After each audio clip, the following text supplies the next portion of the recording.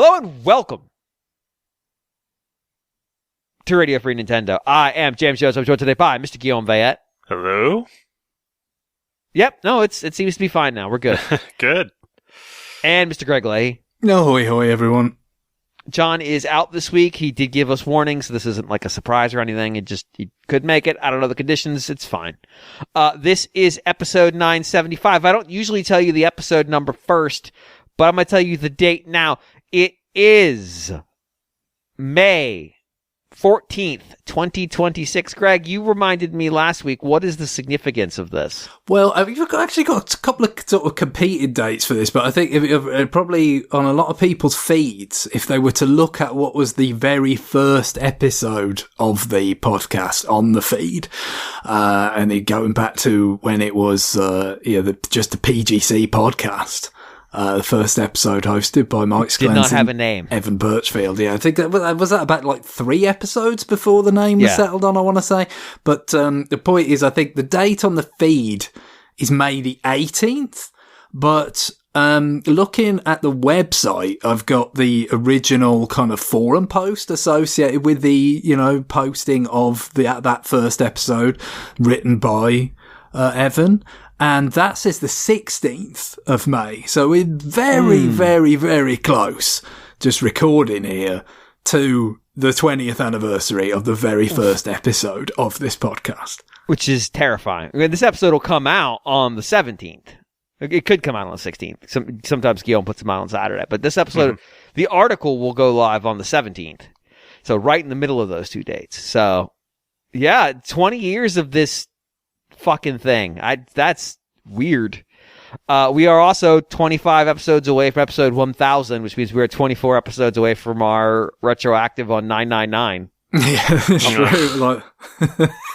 This is now the officially the most far in advance announced retroactive we have ever done. I hate you, Johnny Metz. He's the cause for this, right? I mean, the game's only like 6 hours. It's not that bad. Part of me wants to put another game in between it, so it could be the first time we announced a retroactive and then did another one before it. That would be really stupid. We all have virtual boys, right? Maybe they'll do us a favour and like put Dreamcast games on NSO or something, and then we could do a launch game. There you go. I assume we all bought plastic Virtual Boy shells, so we could do a Virtual Boy game. No, well, they pretty much put out the remainder of the games this week, except for the previously unreleased ones. Zero Racers and Dragon Hopper still to come. I thought maybe whenever the next tranche would come, because obviously there was the launch ones, then there was a couple for Mario Day in March, and so I was thinking, well, maybe the next time they put them out, it'll be with that update they were talking about with the colour options, but I don't think that's happened, right? Still needs some work, it seems. Yep. No, we have not gotten that feature yet. I also haven't looked at these games yet. Probably should, since I paid for the stupid thing, but I haven't. I don't know. I'll get to it. But that wasn't the news. And RFN being old as dirt wasn't the news. 20 years. There are potentially people listening to the show who were not alive when the first episode came out. That's and not like in their parents' car, in their own car that they bought with their own money. That's upsetting. We weren't on the show then, but we follow along pretty fast. What, about a year and a half? Yeah, but my first appearance was in 2007. So yeah, at the time, it felt like, RFN had been going for a while. By podcast standards, it had. Minuscule, really, and then you were not very, very shortly after me. I did notice, though, in that forum thread accompanying Evan's first post for the first episode, your username was in there, James. I'm sure it was. Yeah. Something about smell the grass. I've no idea what that had to do with I the don't know. price of We'd have fish. to listen to the episode to understand the context. I'm sure Yeah, there's... I mean, I've not gone back and listened to it any time recently. I do obviously remember the broad strokes of it because, you know, the whole thing was birthed out of E3 that year, right? E3 back then. It was birthed out of the fact nobody got sick listening to them talk. Yeah, it was like, well, if you're gonna just keep talking, you may as well turn it into something. I guess because they were, you know, in a car. Was it TYP's car? Where yeah. I'm sure it was TYP. It's always TYP's car. too much yakking, I guess, for to be contained in such a vehicle successfully had to spill over onto the internet. But the E3 in those days, A, existed, and B, was in May. Because it was in June, like latterly, wasn't it? Yeah. No, for some reason, your response to that, I don't know what that would have tied into, because there was a lot of course, it was a lot of talk about Zelda, right? You know, because Zelda, you know, Twilight Princess, it had been shown 2 years earlier of like, oh, hey, here's your, you know, Zelda that doesn't look like Wind Waker, say we don't give you anything. Kind of announcement with the Conan music from the Ocarina of Time commercial and everything. So, and then of course, you know, it kind of had been a bit light, and that was kind of the big comeback for Zelda that year, right? And yeah, it was the beginning of like the first RFN meme, Super Paper Mario. I think one of the episodes early on is literally called "Always Mention Super Paper Mario" because it became a meme, like of like that it was not something that Nintendo dwelled on at all. Like they only showed it like very slightly, but it's like, well, that looks cool. When are we going to hear more about that? So that was the thing. But yeah, what your post pertains to, I guess, yeah, perhaps they would have to listen to it in its full length to understand. Which, by the way, is amusing because Evan like talks about it as being born out of them, you know, not being able to shut up, and they're talking about it at length. It's half an hour long. Yeah. I mean, I have to, in their defense, as somebody who hosted a E3 podcast every night, the 2 nights before E3 through the night after E3. You don't want to fucking record a podcast after a day of E3. You are tired, and you have to get it out, and nobody's going to do it for you. Now, I'm also a workaholic at E3. I'm notorious for like getting back to the house and then resuming home team work, which means writing news articles and editing things and posting media, when the expectation for away team was like, you just go to bed. Just go to fucking bed. You've done your job.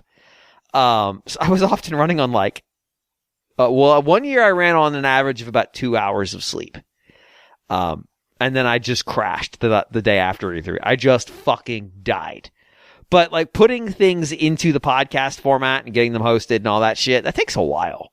Especially when your brain's not working anymore and you're like doing your schedule for tomorrow. So I get it. 26 minutes feels like an hour.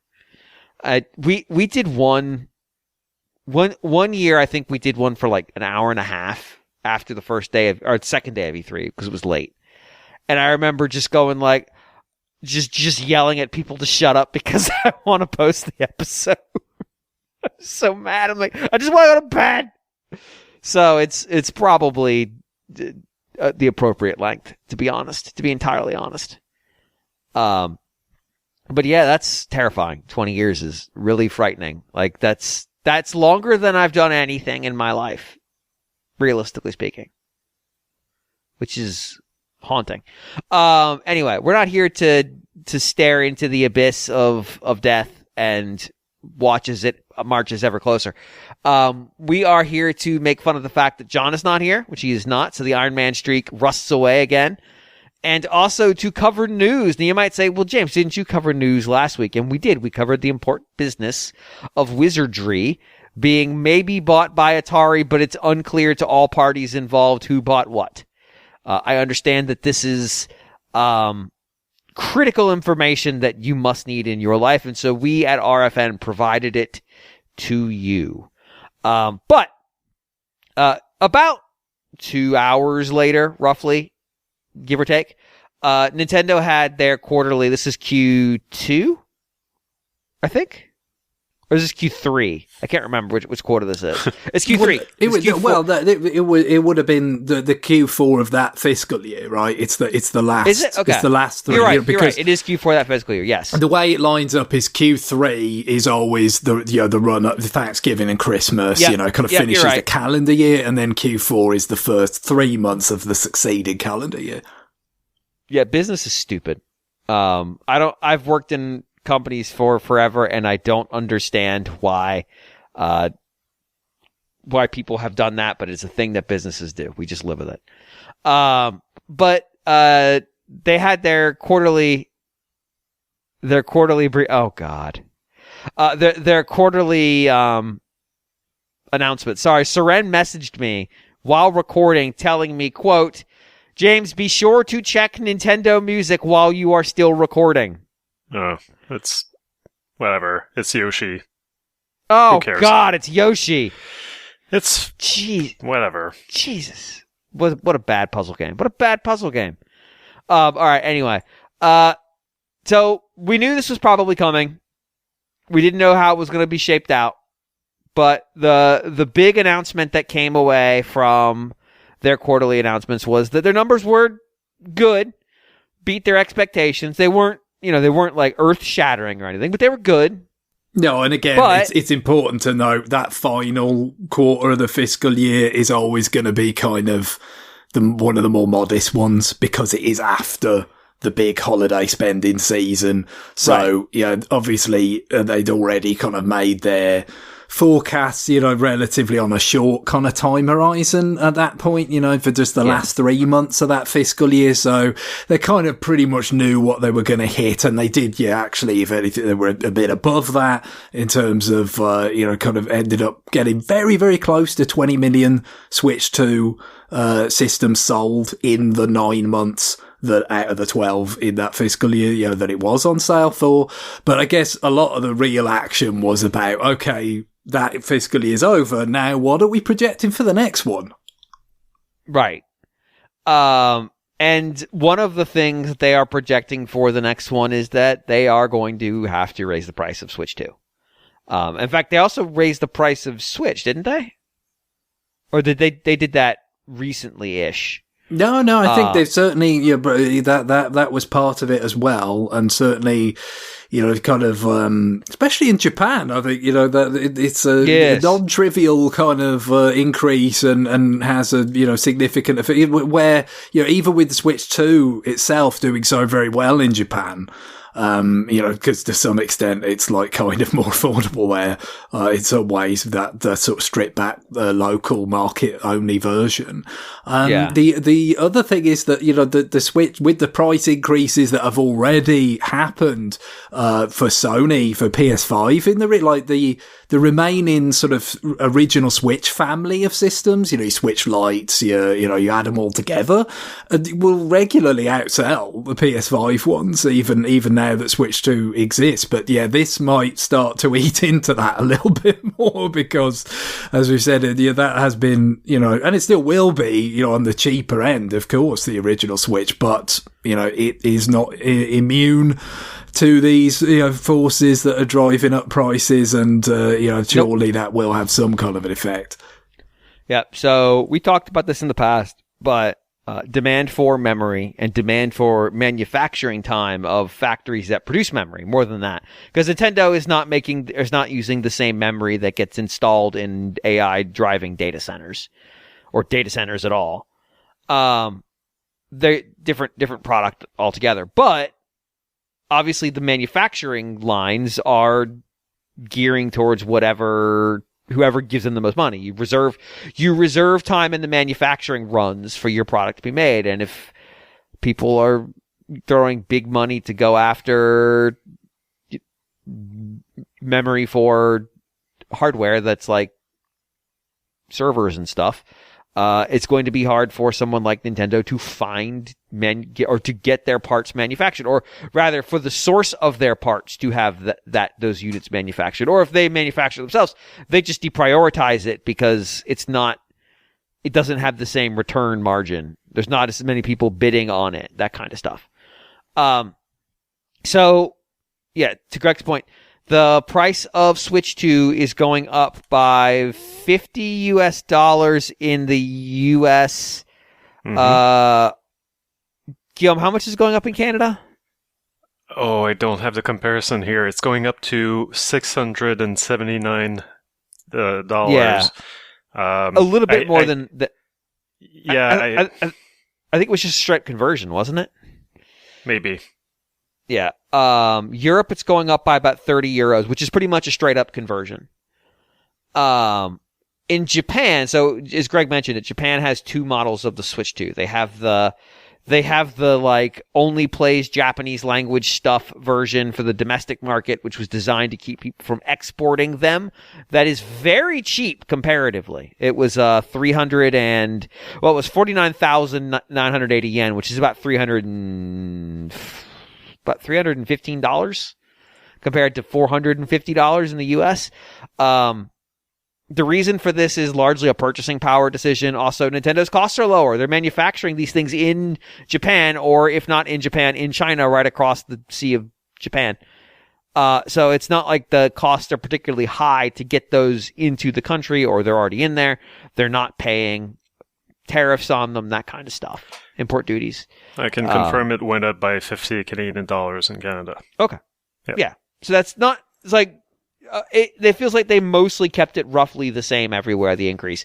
In Japan, they talk about how it's a big increase because it's going from 49,980 yen to 59,980 yen. But part of the reason it's so cheap is the yen is worth nothing. It is worth paper. For reference, 49,980.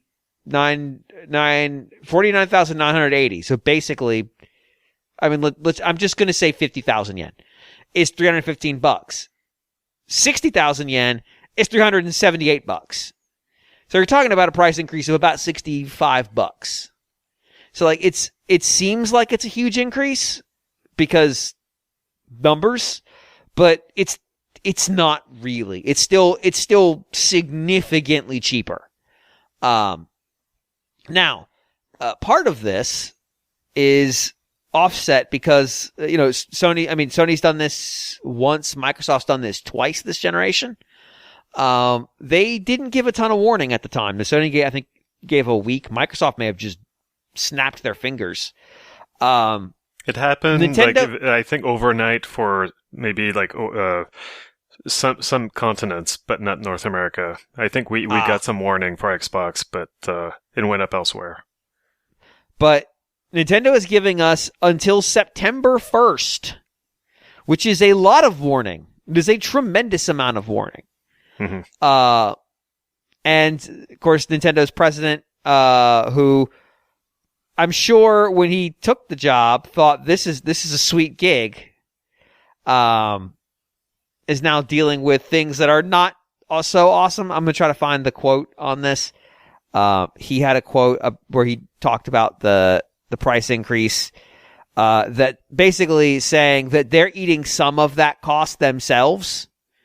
They're not, we aren't taking on all of the increased costs in this price change. Yeah, they were sort of trying to communicate they're not passing it all along to the consumer, I guess. But it's an interesting scenario, isn't it, in terms of if it were different circumstances, if it were not this early in the Switch 2's life cycle, where it's still, yes, it got off to a very fast start, but it's still early on, and you really need to kind of secure the future of a platform that at this point certainly you wouldn't expect, with the way life cycles have gone, you only would hope could last, at least a similar length of time to the Switch, and, may not, obviously, with these sort of circumstances that are driving the price, increases here, are one thing. The Switch was the beneficiary at times of world events that kind of ended up kind of driving up people's demand for, dedicated video game hardware they could, play at home or, take with them. So it's one of these things where, yes, they've kind of, had to say, we kind of got to do it, but at the same time, we decided not to pass it all along, probably because, there's some recognition, even though naturally they are forecasting, that, they're not going to sell as many in this coming fiscal year, because not all of it, as you mentioned, because of the time it's going to take before they actually enact the price increase. But, at some, for a good chunk of that fiscal year from September, through the following March, it's going to be at a higher price. They now, forecasting that, I think from, again, in the first 9 months on sale, they got around about 20 million. Now, I think they're forecasting for the succeeding 12 months with this price increase coming in, some way into it. It's only going to be around about 16 million or so that they're going to sell. But I assume, some of the reason why they aren't passing along all of that, those cost increases is because they don't want to drive that number any lower, basically. Right.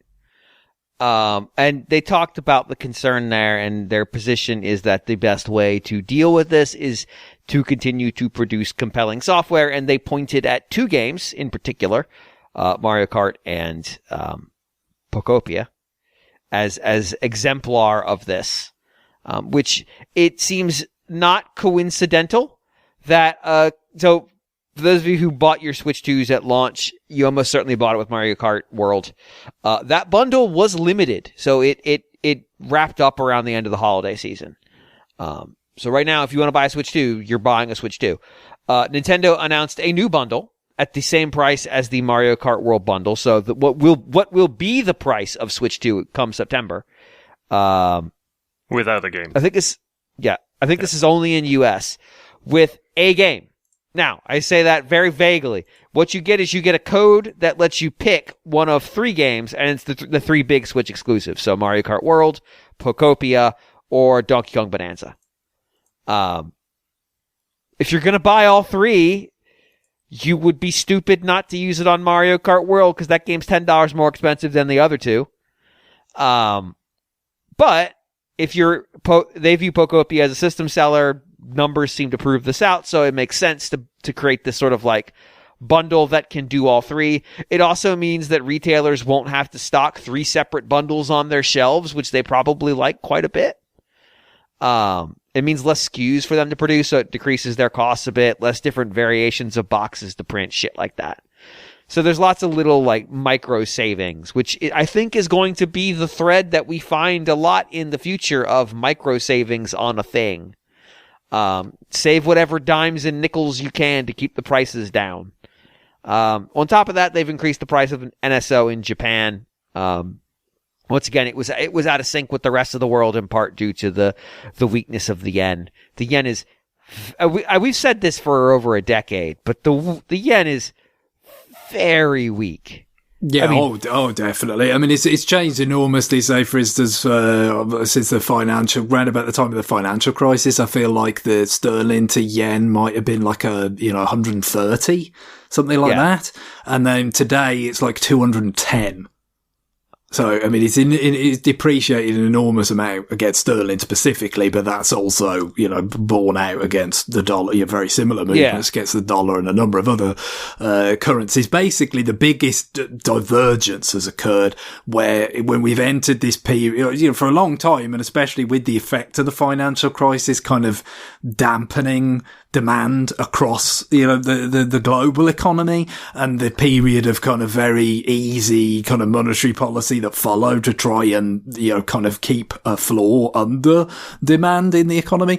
What we've seen, in that period was, not that much sort of parting of the ways. But when it got to the point of like, okay, we've got these inflationary pressures and all these other countries say, okay, well, we have to deal with them. We have to put interest rates up for the first time in a long time. Right. Japan went the other way. And so now, fuck it. Now that has been quite a period of years, really from the period sort of following the early phase of the pandemic. Because, of course, at first with the pandemic, prices were under downward pressure because there was overproduction. Demand collapsed and there was too much stuff for people to who weren't in a position to consume in the same way that they were doing before, to even be able to buy at those prices before. But once that eased and you sort of and balanced out and restrictions changed, and then you're getting into the supply chain stuff driving prices up. Then you have the Ukraine-Russia war, and there you've got all these further conflicts and the RAM stuff, and all that just keeps coming, right? Yeah. The inflationary pressures keep coming, and interest rates. I've had periods of coming down slightly, but they're not down to where they were, and now you're going to be thinking about maybe putting them back up again. And meanwhile, Japan is like, no, we don't do that. Japan's just decided they don't subscribe to your economic policy, and if we ignore it long enough, it'll work. We will not put interest rates, and therefore, what that ends up is you have this big divergence with everywhere else, and so Nintendo has to treat it differently because it is different. Yeah. The economic realities of its domestic market are different, so it has to go accordingly. It's not. So the Switch 2 launched roughly in May. The yen was at 140 yen to the dollar. It is presently at basically 160 yen to the dollar. That's a year. That means the yen is losing about 15% of its value a year, which is not great. Not great.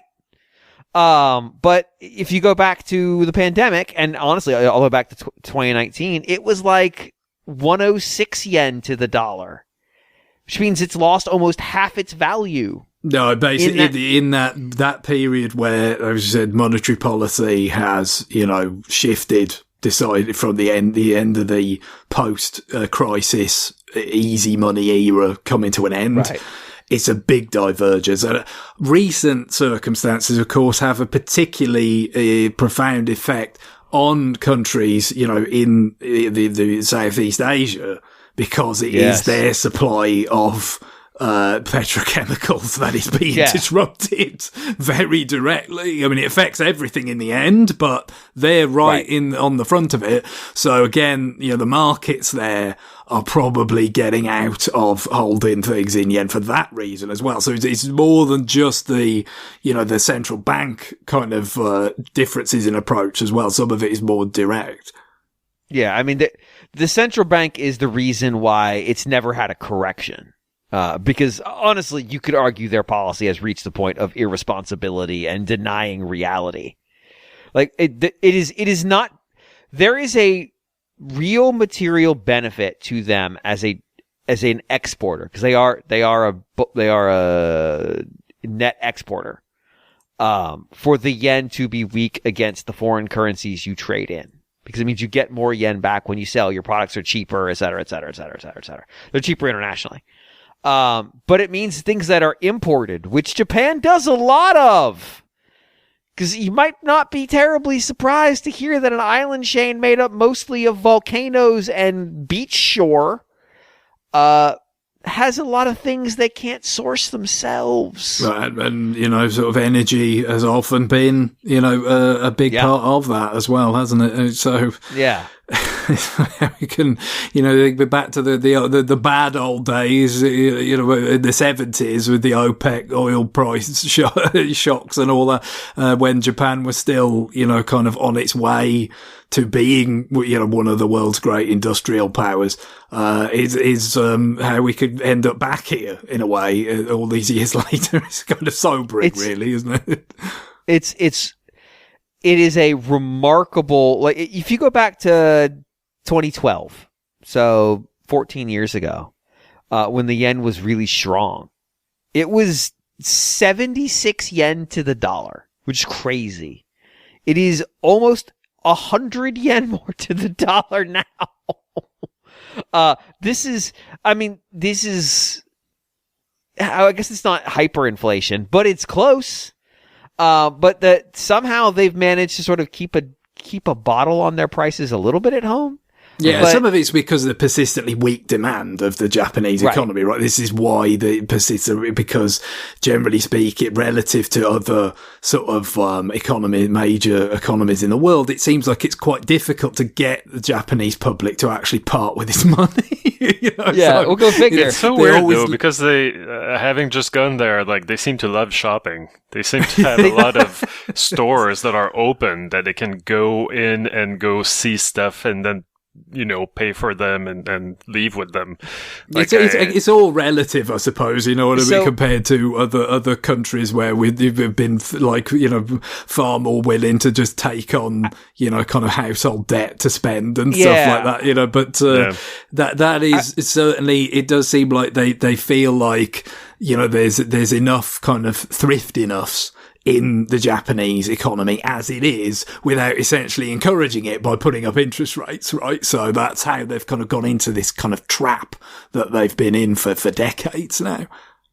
I would guess it's a mix of a couple factors that are very specific to them. One, their population's extremely old, and old people are less likely to part with their money shopping than young people. And they don't have enough young people. Two, there's probably a lot of the heavy purchases, like a house and a car, that because of the highly urban population, people don't necessarily do. So you might rent forever and never own a vehicle. So like those are the two biggest purchases people in like a Western society tend to make. I'll buy a house, I'll buy a car, and I'll buy a car every X number of years. And that's just kind of the way life is going to be. That's money they don't spend, but also Japanese wages are shockingly low relative to like US wages. So it's one of those things where they don't make as much money. Their money doesn't have as much buying power. But to Greg's point, demand is apparently low enough that it kind of balances out, but it does make them a very weird country to do business in if you're Nintendo, who's looking at Japan as an important market. Outsized market for its size, outsized in importance. Yeah, and of course, because again, the thing about that revenue, obviously, at this present time, they want to bring in that revenue from the US in particular and elsewhere because it is worth more to them. But equally, obviously, the domestic market, you have that kind of, it isn't sort of variable. It's not as sort of, kind of affected by movements in the markets. It's like, what you're getting, essentially, don't you? So I guess it's always going to have this, and just by virtue of, being, their home market, it is always probably going to have this somewhat higher priority for them than its pure, sort of market size alone would dictate. Although, obviously you could, Sony certainly doesn't have the same attitude, but then Sony's a much more sort of globalized company, isn't it? Right. I would guess the reason they had to, I said it, it's 20 more yen to the dollar since Nintendo set the prices of NSO in Japan. So, actually, no, NSO prices really haven't moved in a while. Like 2020s, right? Like when yeah, I'm NSO trying to remember. what? Because obviously it's coming up on 8 years for NSO. Is that right? It's it kind of sneaks up on you, but I don't think it's changed expansion pack that much. Expansion pack would have been a few years after that. Yeah, it's around about the halfway point. I want to say the start of expansion pack. So if it was before 2023, you're talking about at the most 120 yen to the dollar versus 160 now, approaching 170. So they're giving away significant amount of money relative to the foreign currencies. I get it. I get raising the price in those markets. And it's keeping the Switch 2 price low in Japan is an economic imperative for that market to be able to function for them. It's effectively regional pricing, and that's why they made this variant that is effectively impossible to export. We'll call it the Arcade Archives equivalent console. Or the what's the one that does all the weird egg console? Egg console, yeah. It's the Egg Console Switch. It's released in a language you can't possibly play outside of Japan, but we're going to do it anyway. And why the other one is available, but you have to work to get a hold of the one that can play limited quantities and a big premium is the price, in my understanding of that. The international version. Yeah, effectively it's priced to the international market. And I get it. Like, it's their way of making it so the ones that are in Japan don't leave Japan. Because the price difference was so significant that, if the Switch 2 had been really hard to get, or even not really hard to get, you could probably go to Japan, buy a few of them, and arbitrage it, and make a significant amount of money. Which is not the reason they priced that console low in that market. It's basically like an anti-scalping kind of, mechanism, isn't it, really? I love arbitrage. I love making major decisions for my corporate policy based entirely on the concepts of arbitrage. That wasn't the only news. We had a couple other pieces of news that came out. I would say the biggest one is that Tezuka is retiring. Takashi Tezuka, who is known mostly for working on Mario games. He's been there forever. 84, I think. Is retiring from the company. He was one of the, I believe he's on the board. I know he was a creative fellow, or whatever the shit that means. Executive officer. That was the title that he had. He's not as old as I thought he was. 65. No, that's the thing, because the resume is so sort of stacked and it goes back as far as it does. It's tempting or easy to think, that he would be older than that. But at the same time, a lot of the people, that were in, very influential positions at that time were quite young. He and Miyamoto obviously worked together on a lot of the same stuff at that time. When you think about Super Mario Brothers and the original Legend of Zelda or Link's Awakening, right? They worked on all these things together. It's just, they were young people, and it's the time has come now. I get mid-60s. He's certainly earned a very well earned retirement at this stage. He would have been like 23 then when he first shows up in the credits on Punch Out Arcade. So it's quite young. I would assume that, as I said, Japanese wages aren't great. I would assume over the years he has accrued significant amount of things like stock, and he's fine. He'll be good. So congrats to him. That sounds great. Retiring at 65 and being financially secure, that sounds great. I mean, just fantastic. Let's see. What else? There was one other story that came out of there. I'm blanking on what it was now.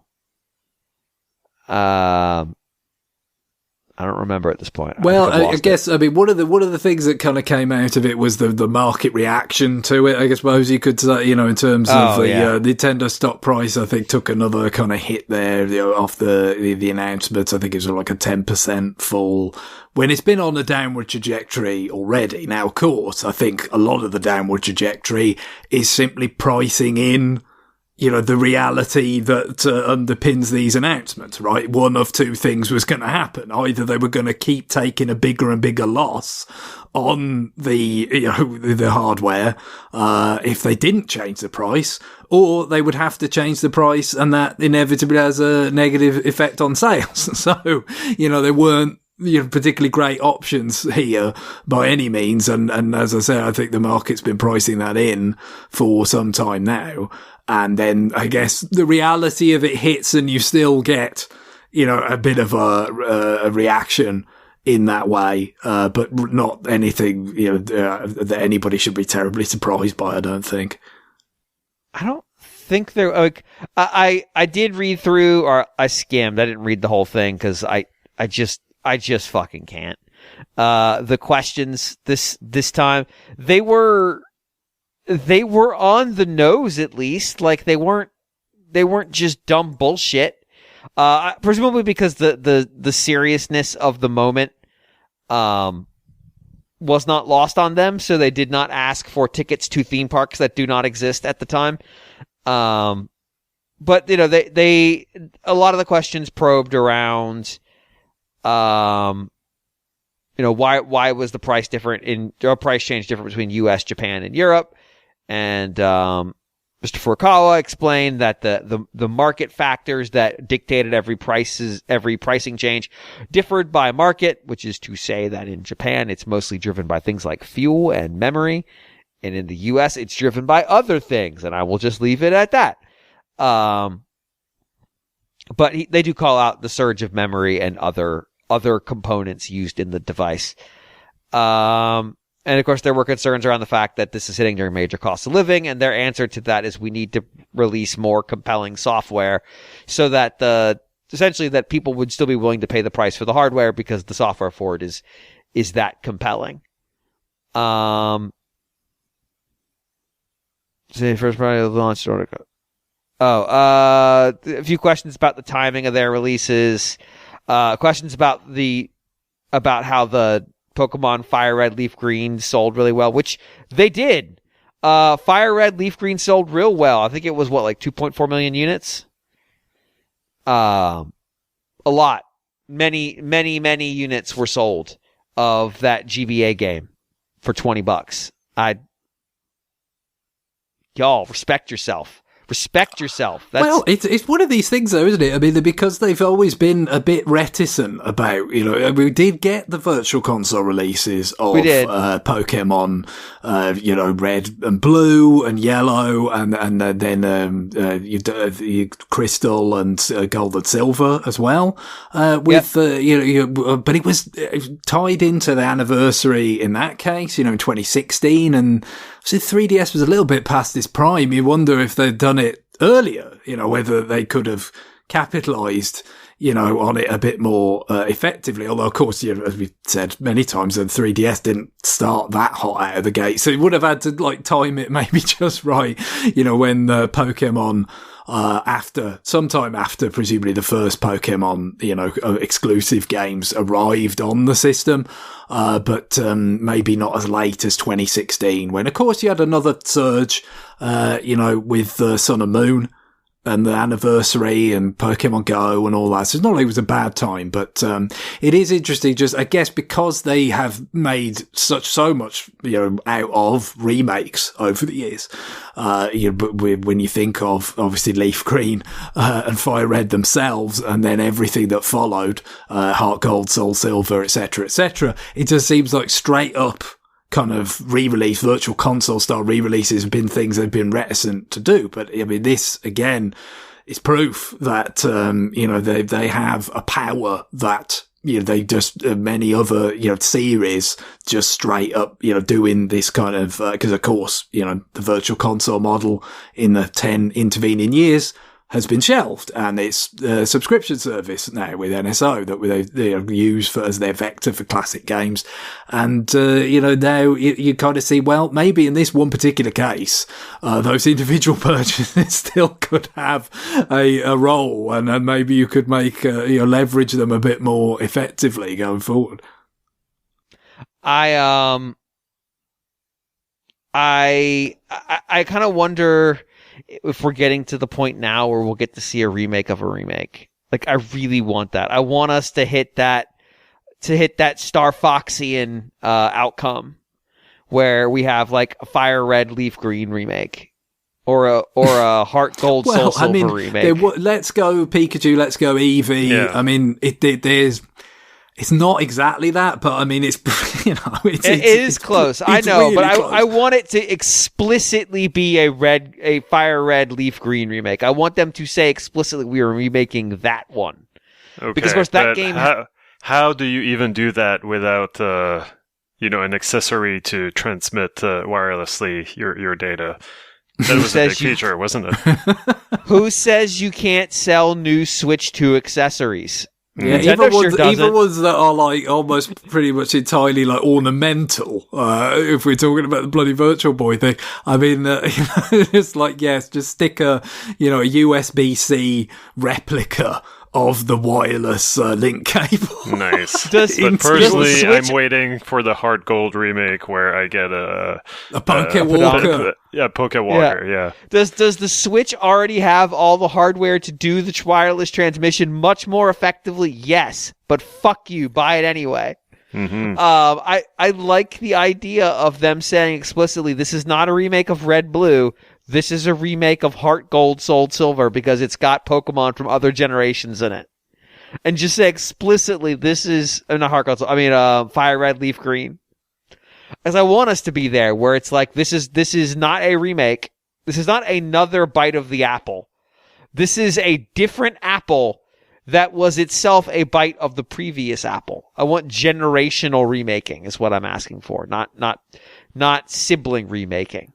Certainly, I mean, you feel like it's only a matter of time before Black and White, come back in a way. It was a pretty sizable gap until we got to those remakes of Diamond and Pearl. But of course, it's kind of the development-wise, they actually got with Ilka, I want to say, handled that. Because again, obviously the complexity of developing the mainline games and Pokemon Legends has been more than enough for Game Freak to grapple with, rather than handling those like as much in-house anymore.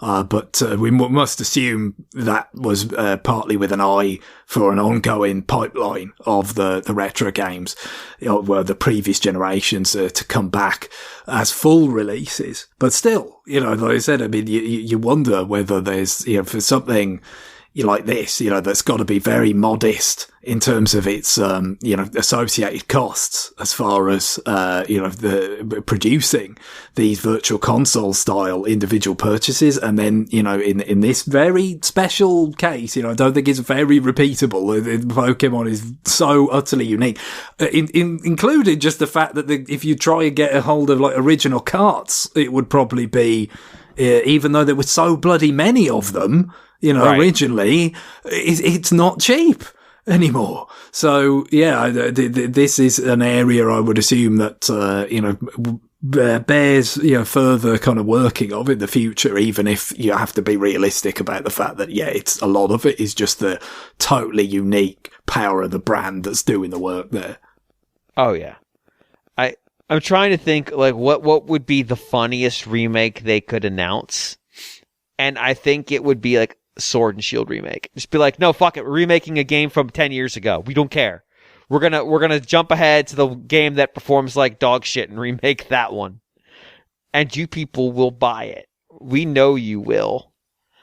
I kind of want them to go full like because I don't buy those games. To just go to fully embrace the evil and just be like, yeah, no, we're going to remake the game that just came out. Yeah, but like a remake of the first Pokemon Legends, Arceus, so it looks less utilitarian. I would actually buy that because Arceus is the good Legends versus the one we got last time, which is the bad Legends. It still sold remarkably well. Yeah, they're very, very solid. And of course, Pocopia is basically the second best-selling sort of Switch 2 exclusive at this point that isn't Mario Kart, right? So DK is still ahead of it for now. But, well, I say for now, but in that reporting period.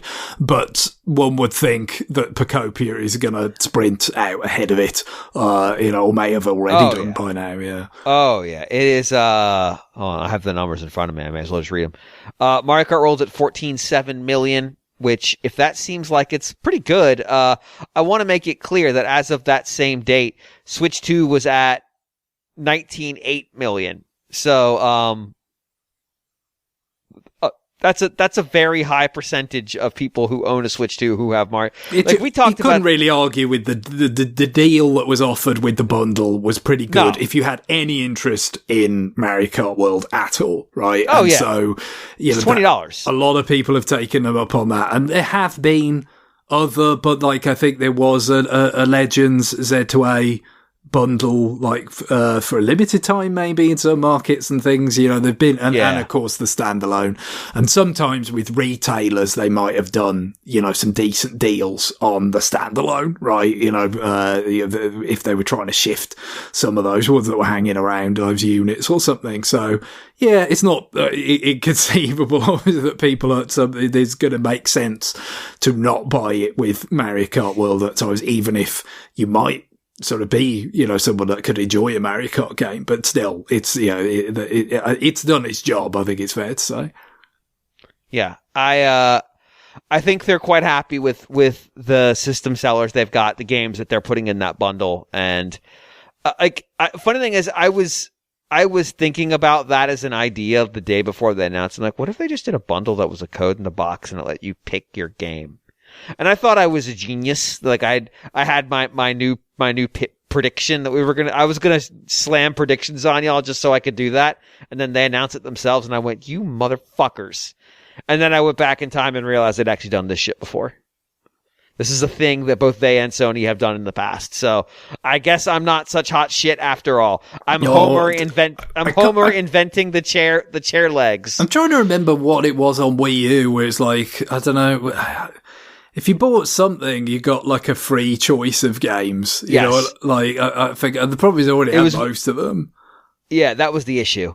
But I think I ended up getting Game & Wario out of that, which I probably otherwise wouldn't have done. I don't think, because it was meant to be a bit insubstantial, and it was. But I actually had some fun with that, so it was worth something. Shield Pose is worth something on its own, I guess. But yeah, I thought I was a genius, and it turns out that no, they've done this before. Thomas Edison really did invent everything. I think it was Edison in that Simpsons episode. The chair that won't fall over when you lean backwards, that Homer alleged he invented, only to find out he hadn't. I just got to go back to making my automatic hammer. That's what it comes down to. I got to make my automatic hammer prediction. We'll get to it. I don't think there was any other significant news that popped, unless you could think of anything. No, I think, as I said, I think a lot of it was really just kind of solidifying and kind of confirming things that we already kind of knew or expected to a fair degree. It's just how are they exactly going to handle it? It's tough terrain in a lot of ways, and we talked about this at the very beginning, when Switch 2 was coming out, and around the whole thing of the exquisite timing of the tariff announcements that were coming out of America at that time. And then it's like, are we going to have to say it's a different price immediately after saying it was going to be this price, and we're going to have to not do pre-orders when we're supposed to do them, and all that kind of thing? It's like, that was a uniquely odd situation. But in general, the general point that was made back then is it's never great to have to sort of say, this device is worth this much, and then later on, have to put that price up, because it's kind of like, I think people are always going to look at it and say, well, it's not really worth what you're asking for it now, because you were charging less for it before. And it's just, even though inflation is a thing, and I feel like, the public may have not been as conscious of it for a good stretch there, because of, as we said, that kind of era of easy money and all that, of the financial crisis and all that. It's like, well, we've been living with much more of the reality of its effects over recent times. But still, it's like, it's tough, because there's always going to be that feeling of like, how do you actually convince people now that it's worth, what you're charging for it today, when you've charged less for it in the past, and not like a big amount of time in the past, right? And of course, and specifically when it comes to games, consoles and things, we were, over quite a long period of time, a number of generations, conditions for prices to come down on hardware. It might sometimes be that you have like a simplified version of the hardware. They find things to take out of the... Right.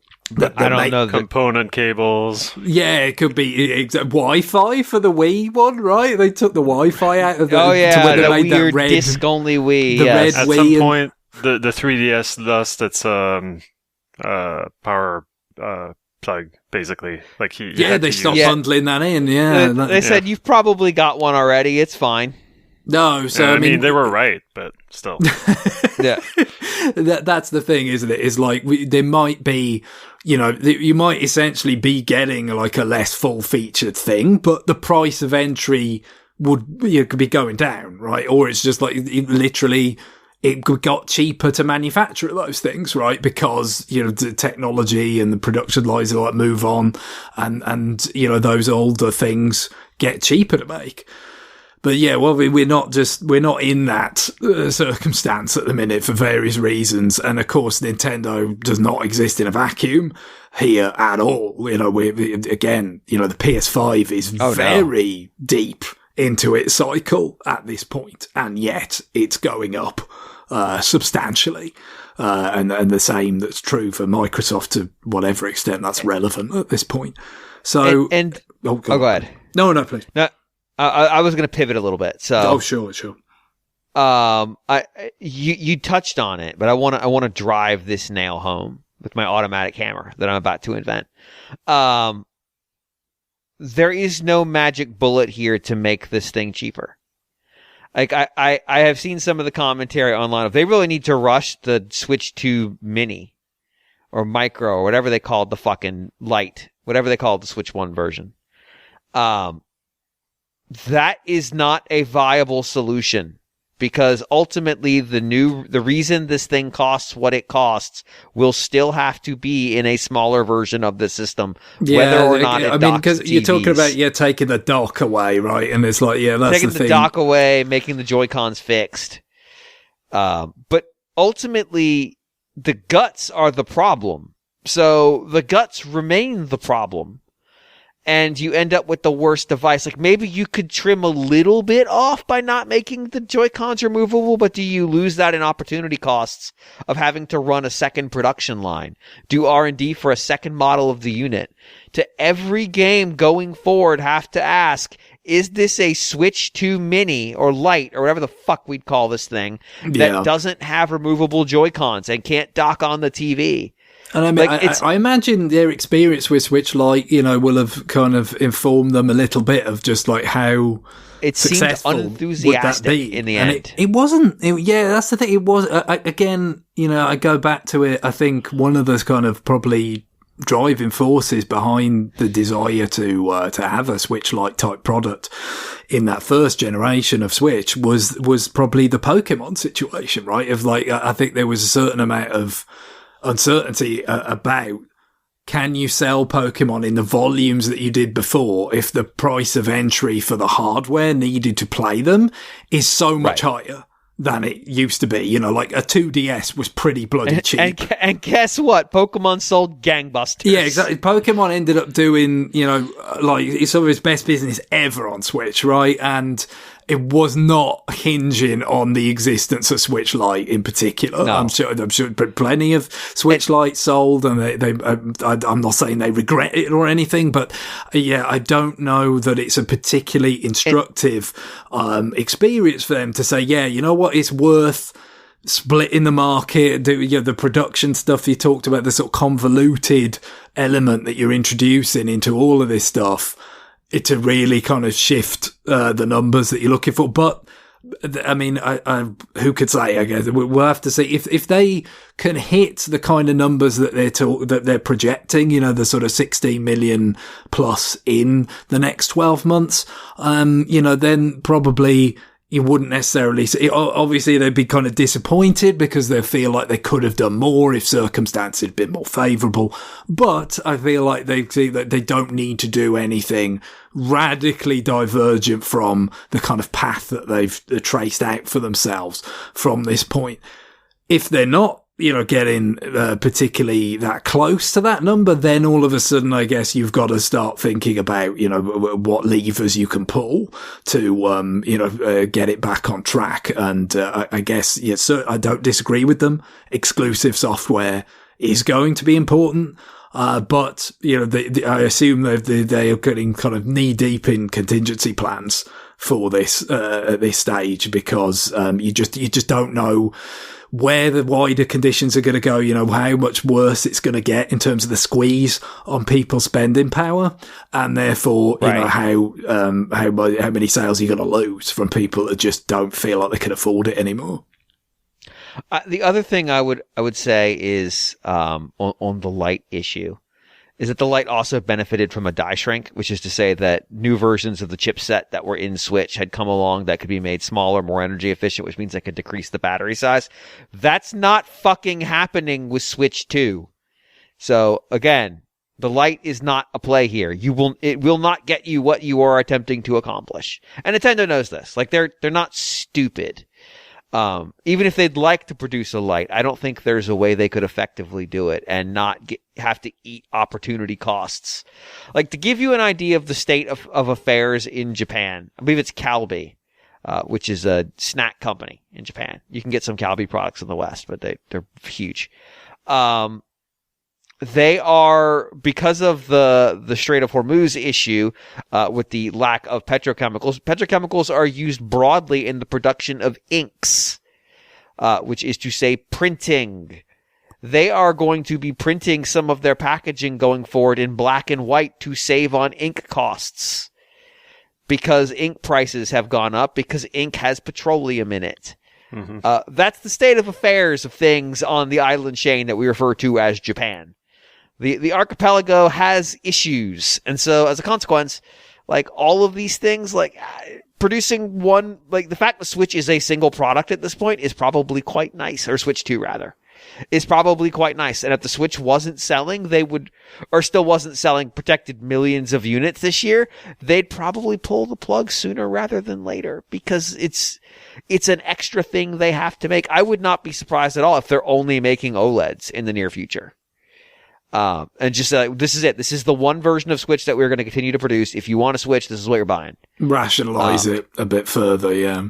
Yeah, just like cut it down so the amount of production you are devoting to that thing and the amount of thought energy it requires is as low as is possible. I say this as someone who his primary economic motivator or my primary economic value is thought energy. At this point in my career, like, you want to maximize what you get out of that. Don't spend time fucking around thinking about things you don't need to think about. And how to produce Switch Lites is probably one of them. And I haven't seen a Switch Lite in stores in a bit. I do see a good number of Switch 2s and OLEDs. Also, if you are waiting for a Switch 2 OLED, I suggest you are going to be waiting for a long time.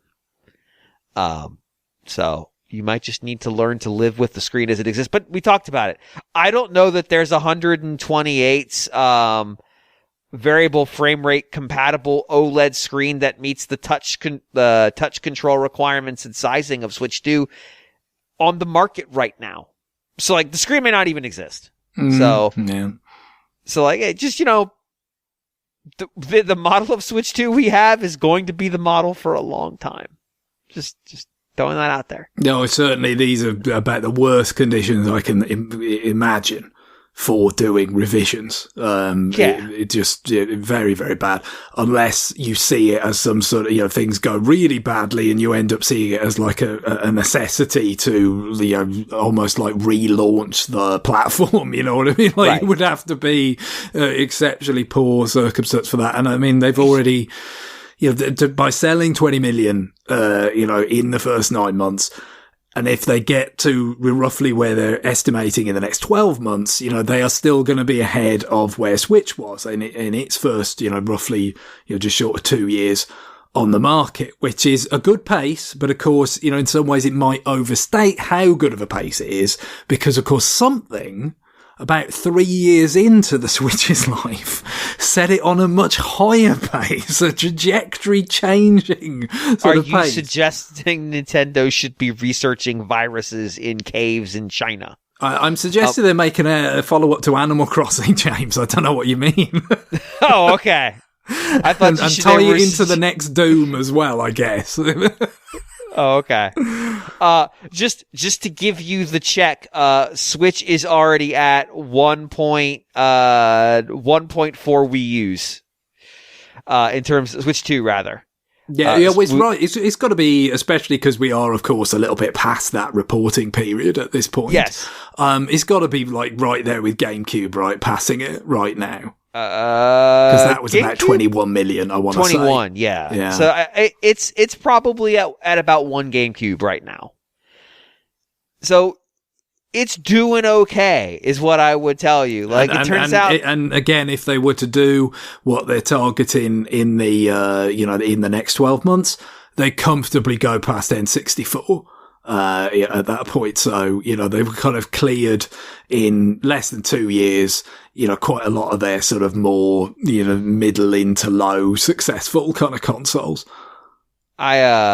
There's a business journal that I have access to because of my job. I would never pay for it. It's mostly insipid. But one of the pieces of information that came out of it that I thought was interesting was, that companies, at least they're US-based companies, that's our target market for this journal, started to know something was up in the economy last May, which would have been very unfortunate timing for Nintendo of America. Turns out they're still doing okay. Because the console launched in late June, right? June, yep. Yeah. So bad would have been very poor timing for them. Just incredibly unfortunate. So that, all things considered, we're not even at a year. And we've already passed. I mean, we're threatening to lap the Wii U, which isn't saying that much, but still. No. But still, like I say, the GameCube. GameCube is probably about right there. past. It's right there in that period of time. So and N64 is conceivably in the path for September. I mean, for June, because that's 32. Yeah, that's in the 30s. Right. But like I said, if they hit their target in the 12 months, they'd be clearing that by a few million. So that's it. Yeah. And the N64 had its problems, and it really was not popular in Japan. I mean, the drop off from Super Famicom was really, really quite something. But by the way, they would be in target for Super Famicom at that point because that's only 50. Yeah, no, that's right. No, exactly. I mean, and NES, I think, was around about 70. So, Super Famicom obviously faced much more competition, because, a little bit of a victim of the NES's success, right? Because it had been able to to revitalize the American market in particular. It brings forth Sega and, Hudson and all this other stuff. But, it still did pretty well. But, and of course, the whole market was smaller then and everything's so different. It was so long ago. Right. But, yeah. I mean, the big part is going to be, for me, is, obviously, especially when you've got, potential ongoing standard of living, squeezes and all this kind of stuff. Yeah. How do you make these compelling, sort of software titles to get people to part with their money? As sometimes you can get some kind of unexpected, perverse effects where it's like, well, maybe if it forces people to not be able to do other things that they wanted to do in terms of, like more expensive vacations and all this kind of stuff, you end up with some substitution into your products as opposed to out of it. But yeah, the net effects, they're probably going to be quite challenging. So what remains, if we look back at the schedule, which obviously was just confirming things we already knew, including the very, very recently announced Star Fox, remake. But obviously that's what we've got a lot of in the middle part of the year is that these, they seem to be embracing the variable pricing model a lot around the world. In Japan, it's something they've used more for a while in terms of, kind of RPGs or, large scale games, the new Zeldas, Breath of the Wild, Tears of the Kingdom, Smash Brothers, they might be, at the top of the scale. And then a lot of other things can be various increments lower.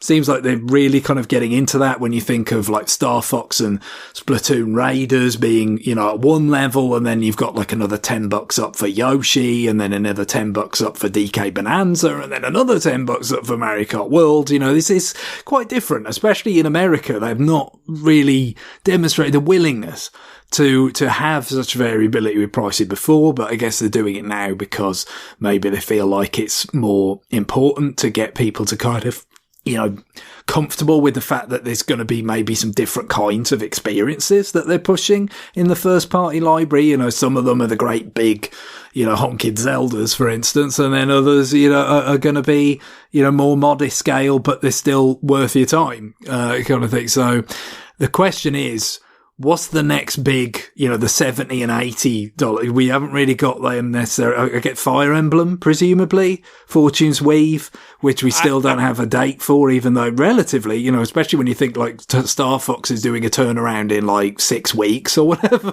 from announcement. Yeah, I would guess it's late. Because they haven't really even talked about it since the initial time. Yeah, it's interesting that they had such a long lead in on Fire Emblem, right? But that you would assume, being an RPG, being a more extensive form of experience, could see that being $70 or so, perhaps. But what are the other big hitters that you see them trying to get people to make some, in some cases, some pretty painful decisions. Say, no, I will spend it on a Switch 2 and I will get this game because it's really kind of compelling.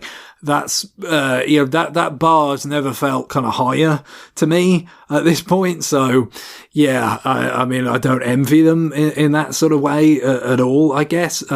We did get another announcement that was the Minoru amiibo is finally coming. Yes! But that is, what's interesting about that, other than just like, speaking of long lead times, that sure was the game will be almost 3 years old. but the interesting thing is that like the date in September, like a lot of the time amiibo kind of come out alongside games, even if they're not directly related to them. Right, so it's like September the 17th is kind of, I could kind of see something could be coming out around that time. I would have thought, something may not even be announced yet. And I guess, if you think it's Zelda and all this smoke about the Ocarina remake, maybe that's in play, maybe Fire Emblem's in play. I don't know. But, just kind of highlights, but even more so again. And again, when things are going well, they don't like to talk about things too far in advance, right? And even with all these like tumultuous circumstances, generally speaking, things are like, not dire like they were when they were putting a Prime 4 logo up. So, it does highlight, on the one hand, they're saying this is a big this is a, difficult circumstance, but our exclusives are going to get us out of this.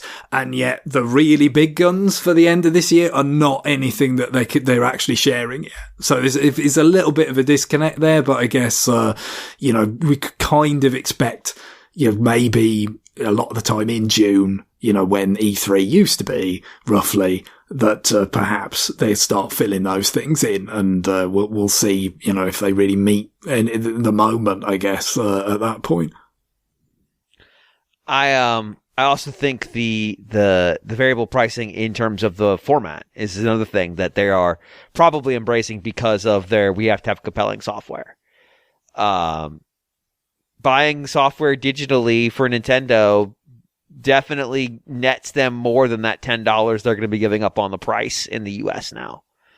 Well, I mean, we've said it so many times. It was always a matter of economic gravity. It is cheaper to not make something and ship it halfway around the world. Right. When you don't need to. And cut in a retailer on the price. And of course, these sorts of circumstances only drive that reality home even more. So yeah, again, that decision was taken a little bit ago, but certainly not before time.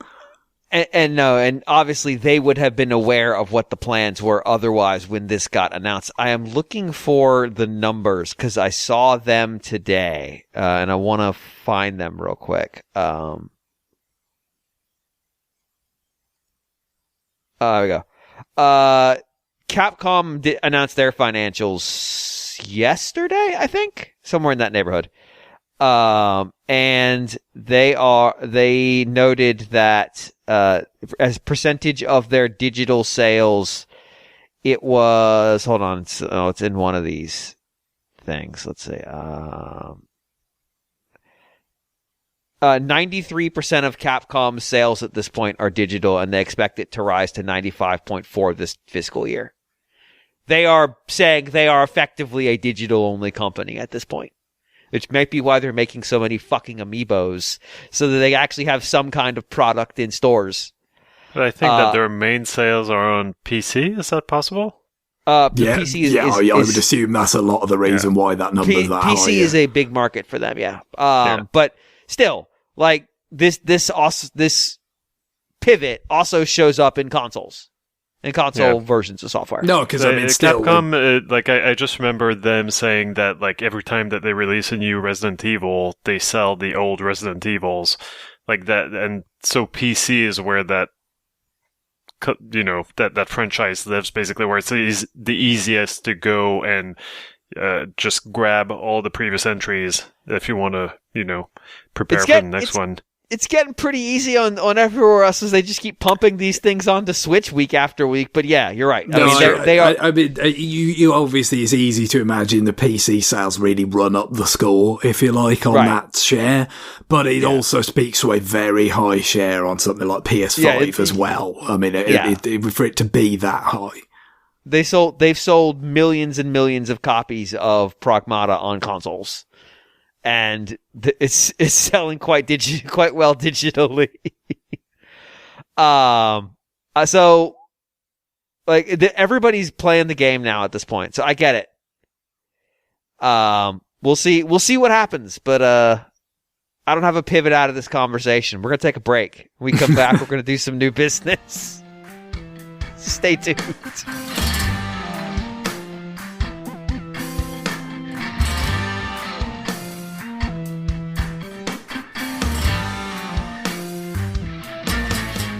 We are back. We are going to do some new business in this segment. So, Guillaume, would you please give us your new business? Yeah, well, I guess it's kind of a follow-up of several things that we've talked about recently. First, it's a kind of more news on my trip to Japan. Because I personally did not buy really big ticket items. Like I did, the most expensive thing I bought in Japan must have been the stupid Wii Remote cushion from the Nintendo store. Not the Nintendo store, the Nintendo Museum.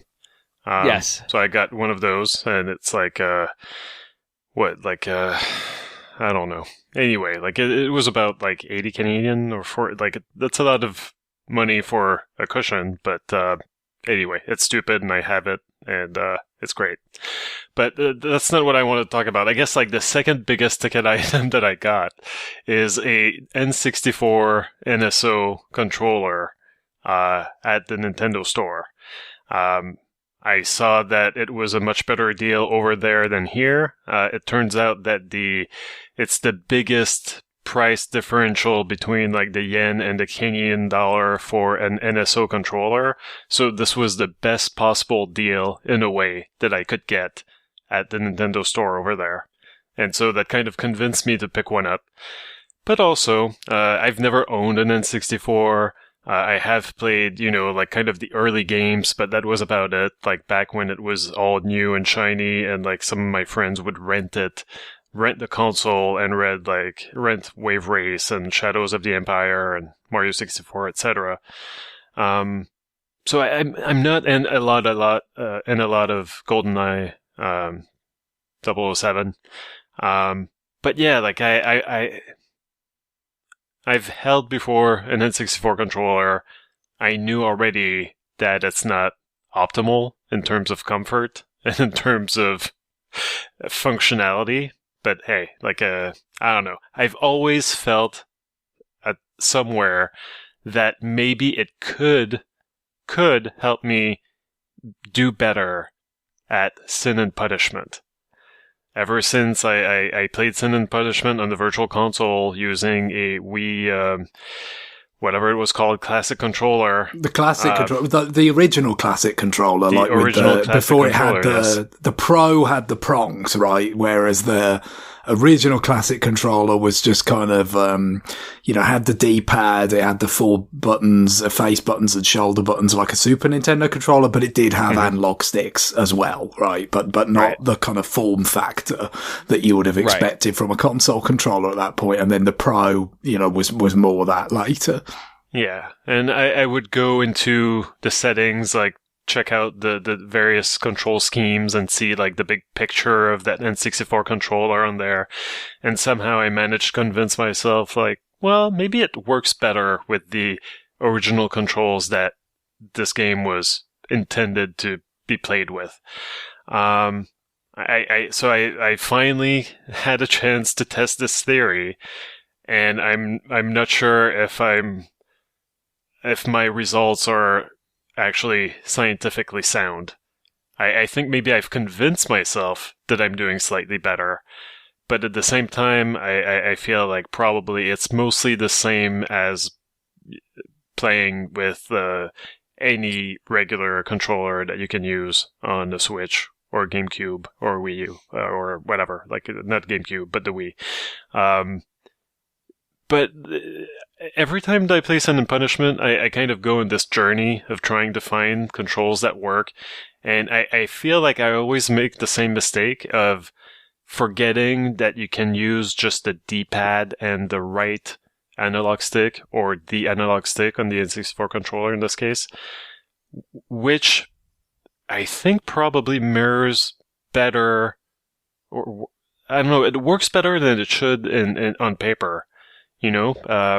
I believe that basically was what they had sort of envisioned as the primary control scheme for the right, game. But like basically, like the way that it works on the N64 controller is that you get both options at the same time. Like you don't have to switch from one setup to the second. Like the first setup that it presents to you, you can grab any combination of prongs, basically. Well, the middle prong and the left or the right prong. Yeah. But like basically, like you could be using the D-pad or you could be using the C buttons. And for some reason, I think I always make the mistake of going for the C buttons first. I could tell you when I had that game at the end of 2000, my initial, kind of instinct was to hold it left hand on the 3D stick, in the middle, and right hand on the C buttons, because so many games was the default, right? So you just kind of naturally did that. It was really kind of later that you kind of felt like, actually, it's just better. Like for me, you can kind of use either the up C button or up on the D-pad to jump, but I'm not a big proponent of that. I would say you're best off just kind of using the shoulder button, like the L shoulder button to jump, and then, you're just using the left and right on the D-pad to sidestep or double tap to dodge, and then you're aiming and shooting with your right hand on the 3D stick and the trigger. That's right. It really does feel like that's the way it was designed. But of course, the way that the N64 controller is, do you have other options? You provided other options? Yeah, I feel like you're right. That's probably the better control scheme. But I always find myself kind of trial and erroring my way through like all of the setups before I finally end up on that conclusion again, because like my second playthrough, I was just, okay, maybe I'll try the up to jump button, and it just you get too many false positives. You keep jumping all around, and like that can really screw you maybe over. If the D-pad were better, that would be like less of a problem, or but I've never up to jump in like any scenario just doesn't work for me. I don't like it. Yeah, so I guess what I want to say is that like the Sin and Punishment, great game. If you have the N64 NSO app, you don't need to get a N64 controller for it. You probably can play it just as well on the regular, the Pro controller or what have you.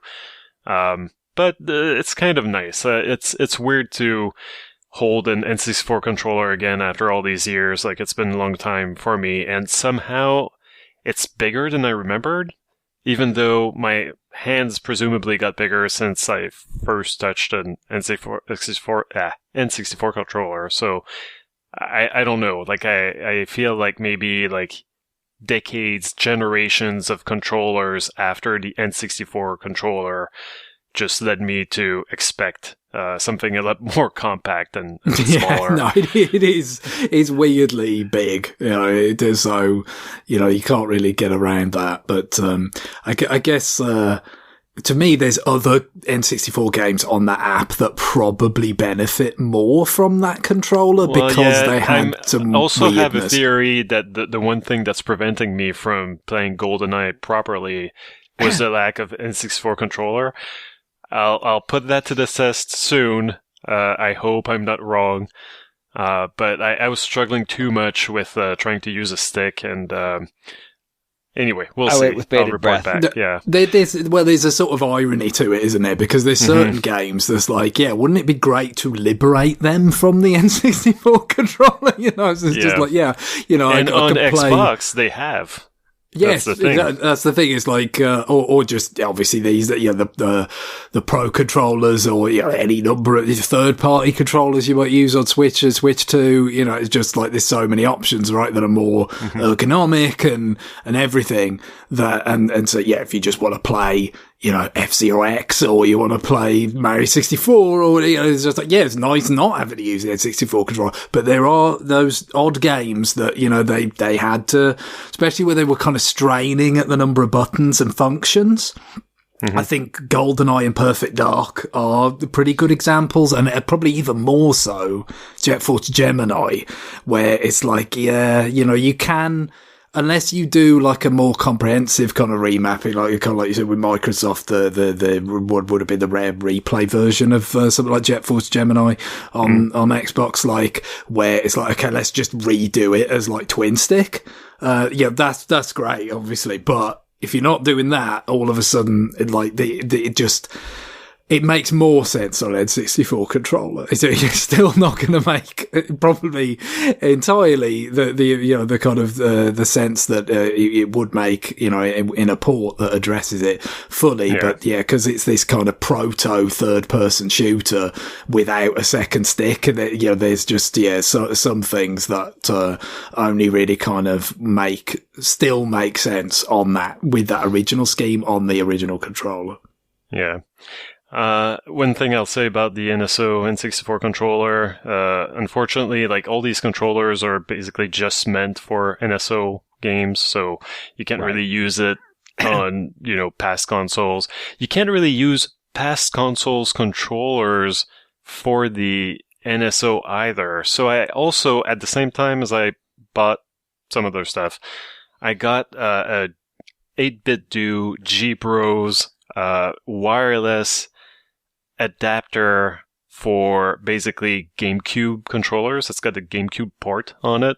And does that let you plug in classic controllers as well? I feel like I remember this product. Yes. Yeah, classic controllers or like mini console, to be clear, not the Wii era classic controllers, Wii or Wii U. Yes. And they also work with the Super Nintendo and NES all that Mini. Stuff. It's that connector for it makes more sense for those controllers because those controllers had such short cables that having an emitter plugged at the end of it doesn't really. It makes more sense than using a GameCube controller that has like a 6-foot long cable, and then I don't know, like your wireless emitter ends up feeling kind of silly, and it's kind of in the way when you have to have the cord like all rolled up, or I don't know. I don't know what I'm saying. Or you have the emitter like basically right next to the Switch because the cord is long enough for that anyway. So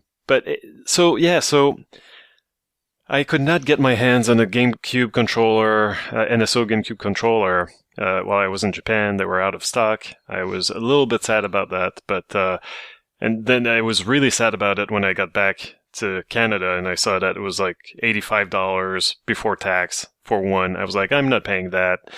I still have working GameCube controllers. I'm going to try this emitter thing. I should have read up on it because it turns out to be like way too compromised a solution to be really something that I actually bother with in the future.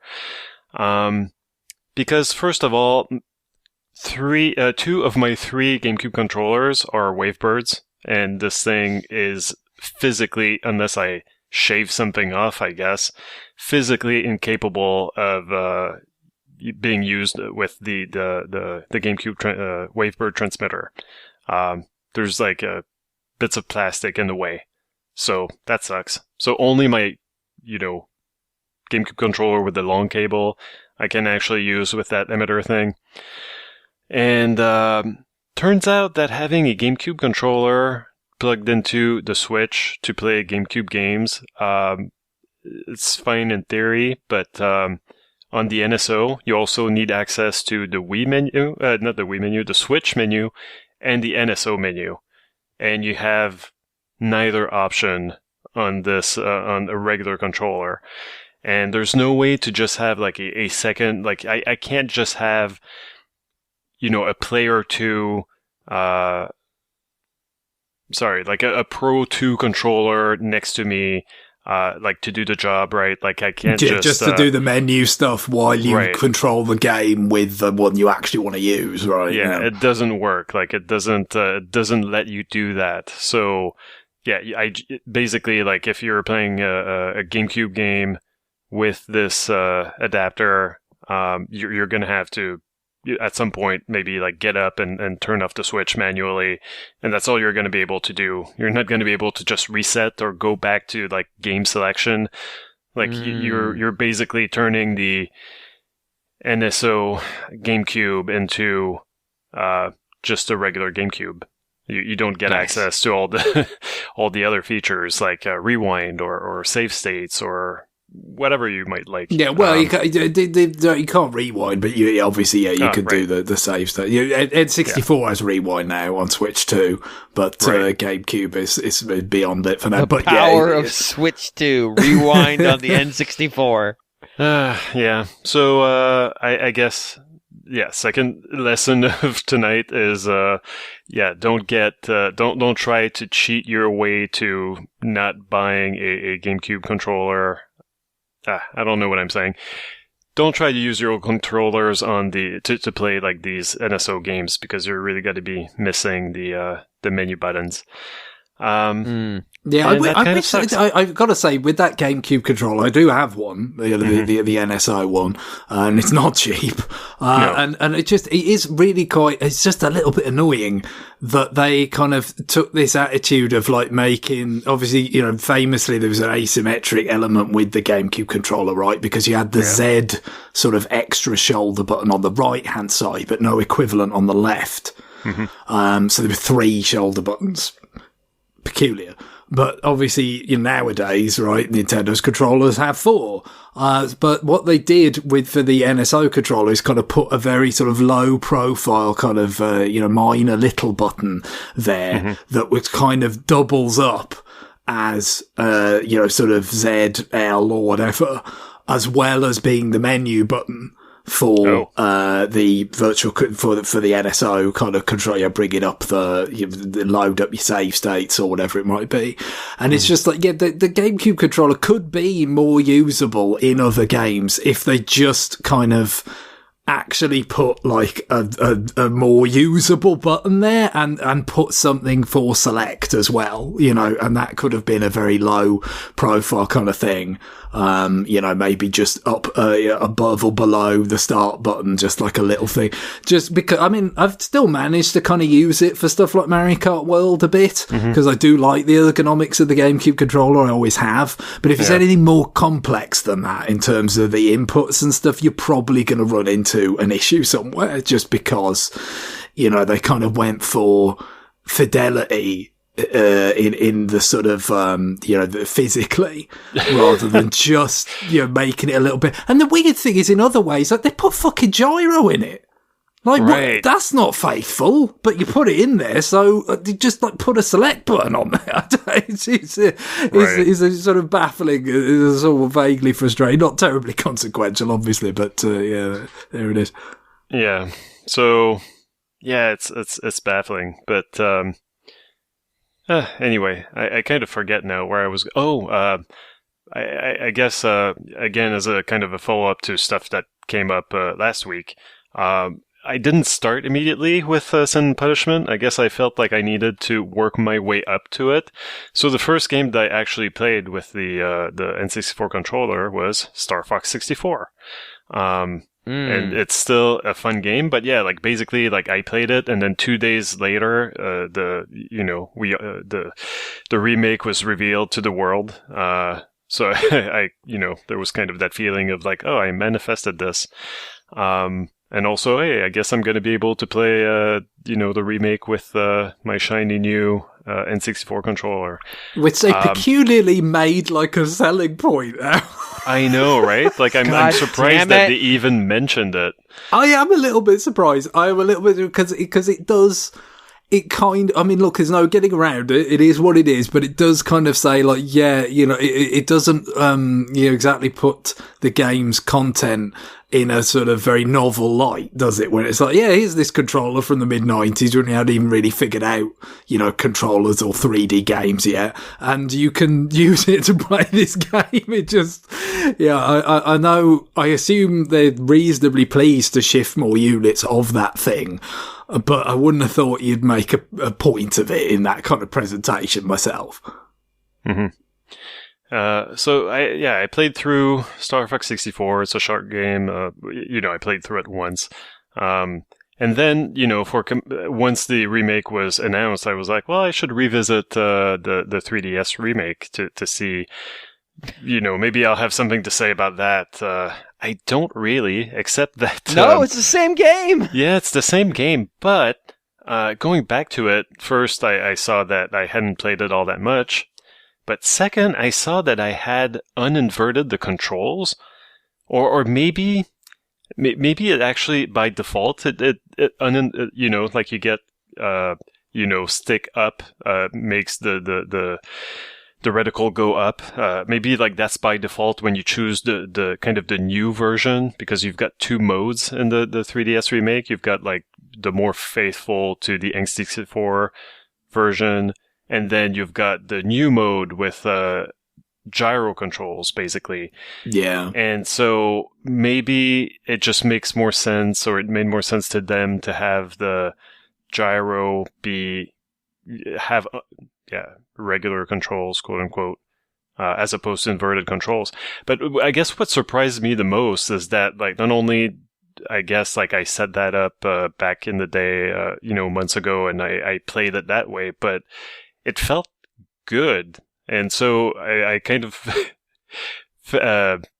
was kind of questioning, until now, I've always had the strong belief that if you're playing a flight game, that the stick should control like a flight yoke, right? Like you just you pull on it, you pull down to go up. Like that's just how it is. Well, you can kind of think of it more as like forward and back rather than up and down. You know what I mean? Like you like you said, you're pushing that forward and drawing it back rather than going up or down. And although they handled it a little bit differently in the original Star Fox, didn't they? Because they always put it right up front. There were 4 different kind of combinations of things. It was like you chose from 4 presets for your controls, not just whether, it was inverted on the D-pad, but also like what the face buttons did as well, I think. And you kind of, it wasn't something you went into the menu and put as a setting and then like left it there. It was just every time you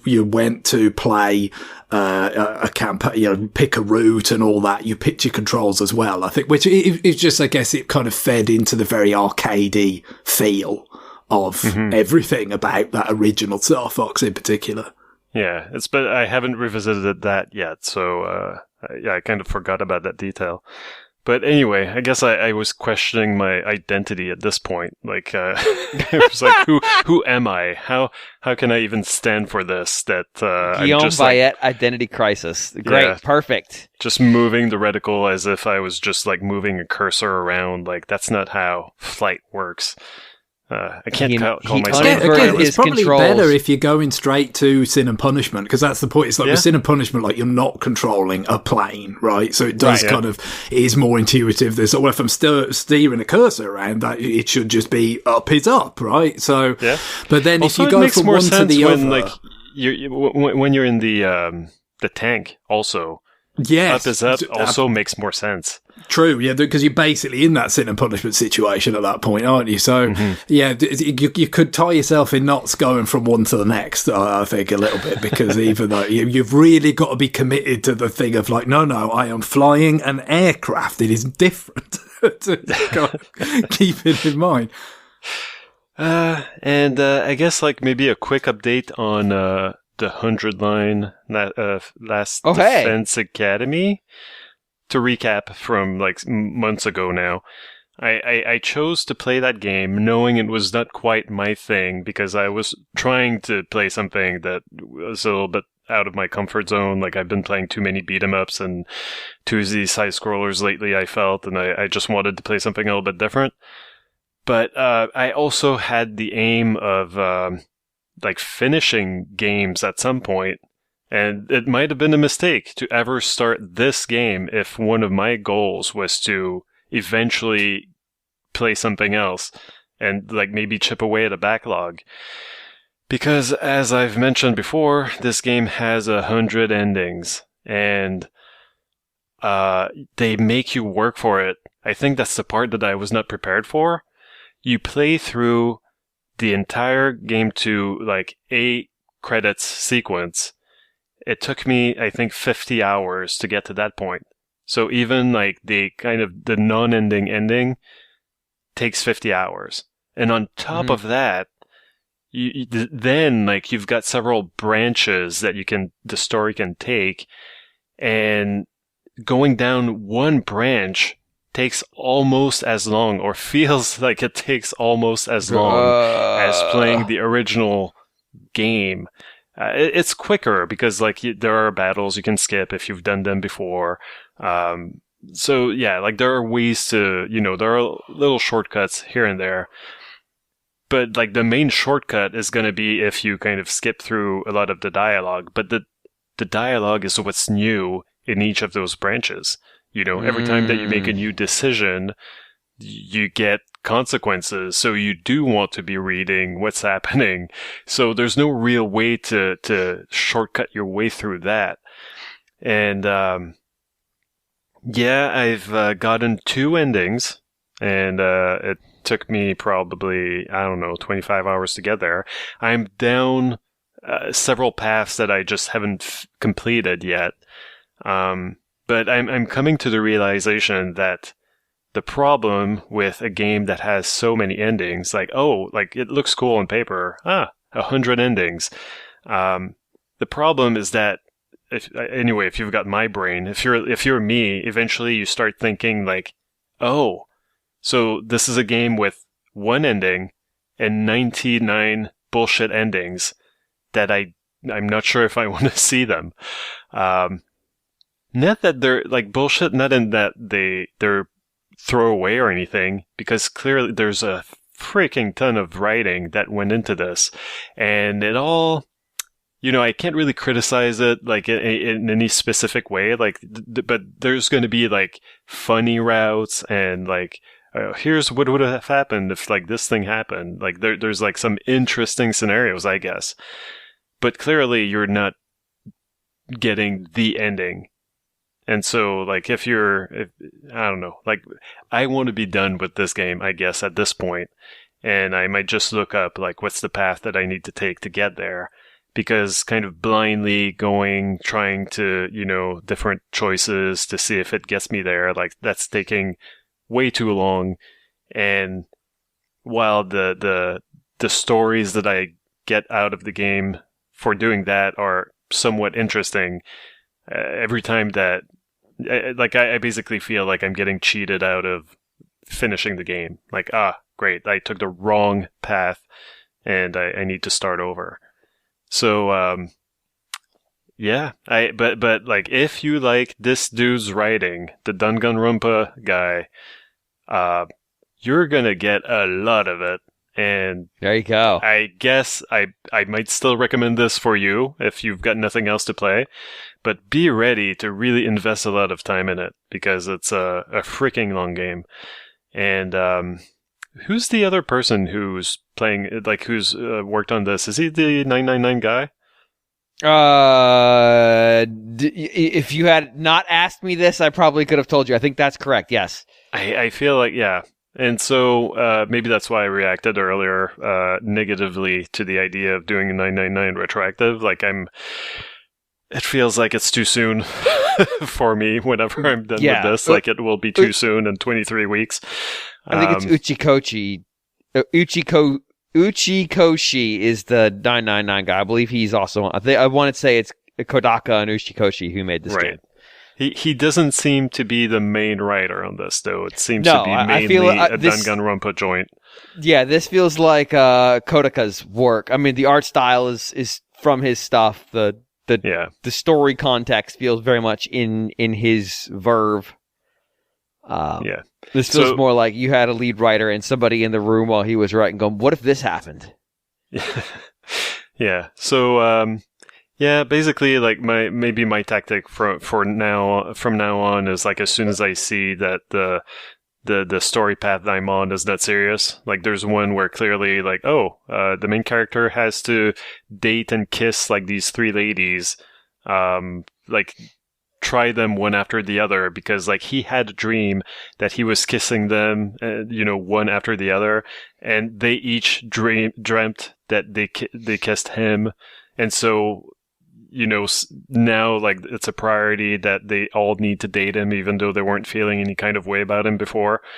Like that's clearly an unserious path that's not going to lead me to the good ending. So I'm just going to put that aside from now on, for now, and focus on like some other stuff.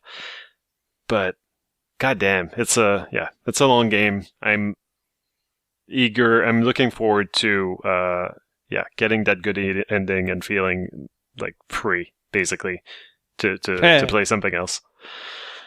But yeah, that's about it for me. Cool. All right, Greg, we got a few minutes. What have you been working on? Sure, yeah, I polished off the last of the 5-alarm chili challenges on the Super Mario Brothers Wonder meet up at Bella Bell Park. Just those kind of one hit clear boss fights, which were I like them. It was really good to have more kind of spectacular in sort of the presentation, but also more intricate and just like thoughtfully designed encounters, and then doing them in one hit is substantially more difficult. But I finished that off, so you get as you clear these challenges, the sort of the way it's celebrated is that you get more patches to put on your like Toad Brigade theoretical backpack. So I guess that's I'd be very proud of that one for a long time, I imagine. But Nice. Something you would expect to be more in the 5-alarm chili department is a Ninja Gaiden game, and I've been very gradually doing what I said I wouldn't do, which is play Ninja Gaiden Ragebound before I played Shinobi Art of Vengeance. Is that right? Yes. Yeah. Just keeping these revenge rage titles straight.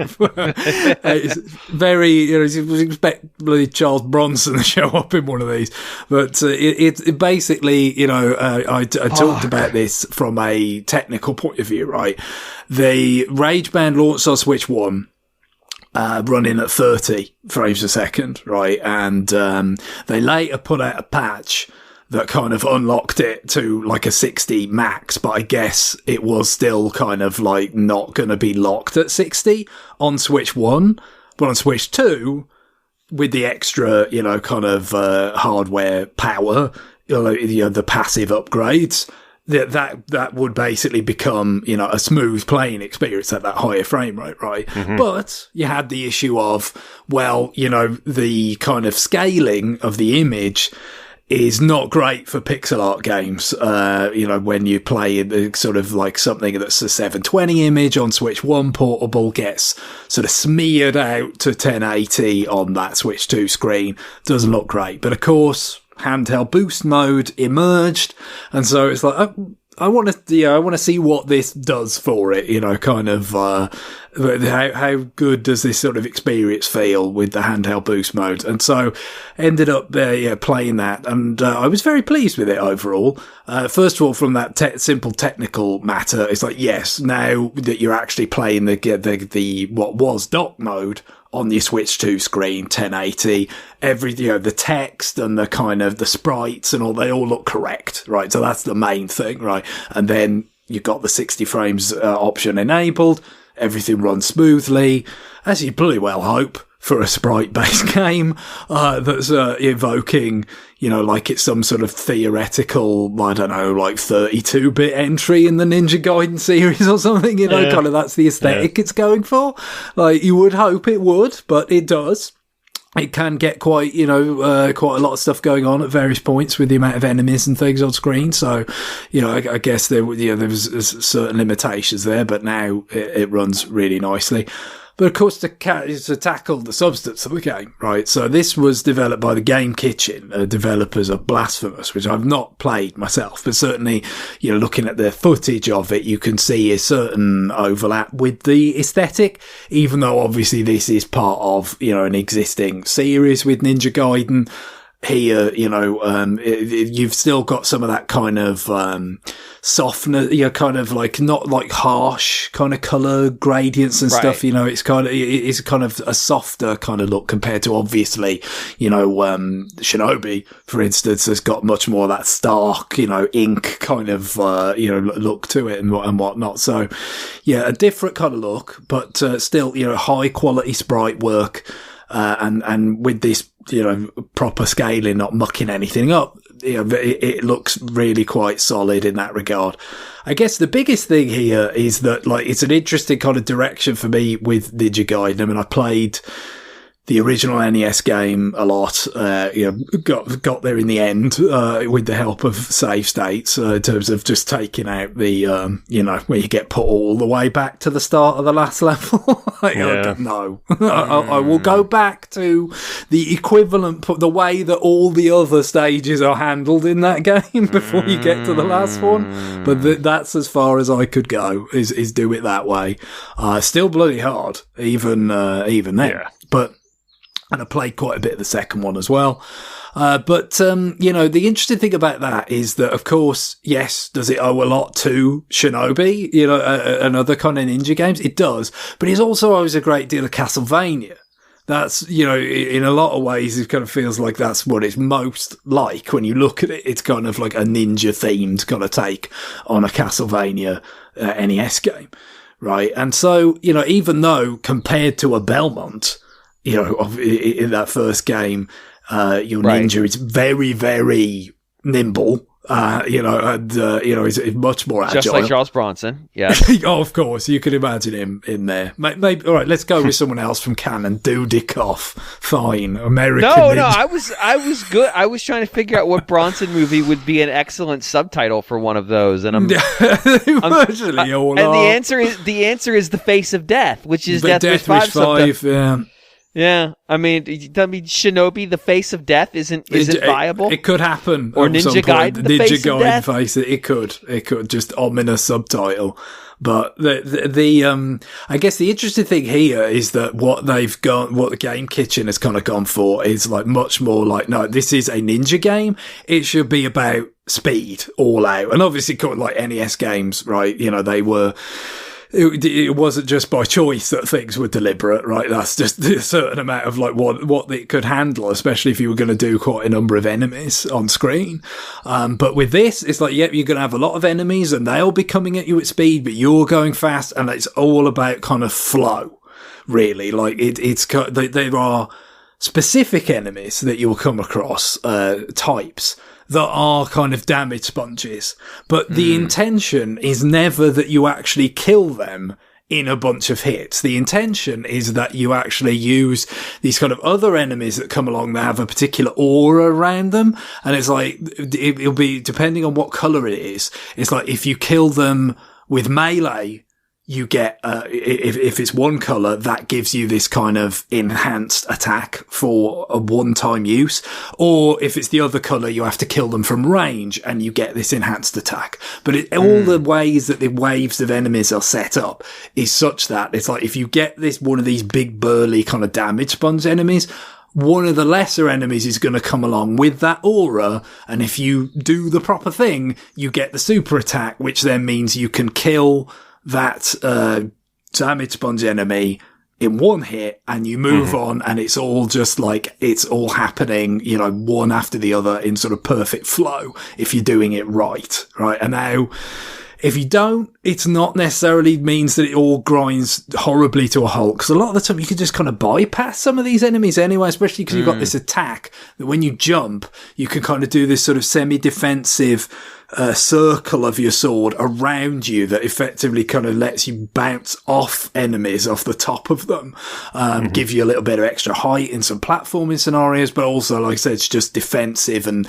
you can just sort of vault over things and keep going. So it's an interesting one. It's like, clearly, I think they're placing a certain amount of emphasis on scoring and ranking with this, a bit like, a platinum game, Bayonetta, or you could go back to Beautiful Joe, even, right, when they were Clover, at Capcom, where it's like, okay, like, yeah, there's getting through a level, but then there's what rank do you get at the end of it. And to be honest, I think it's quite generous, the ranking system, because I ended up with a lot of like Bs, and a lot of the time I thought I was doing absolutely abysmally.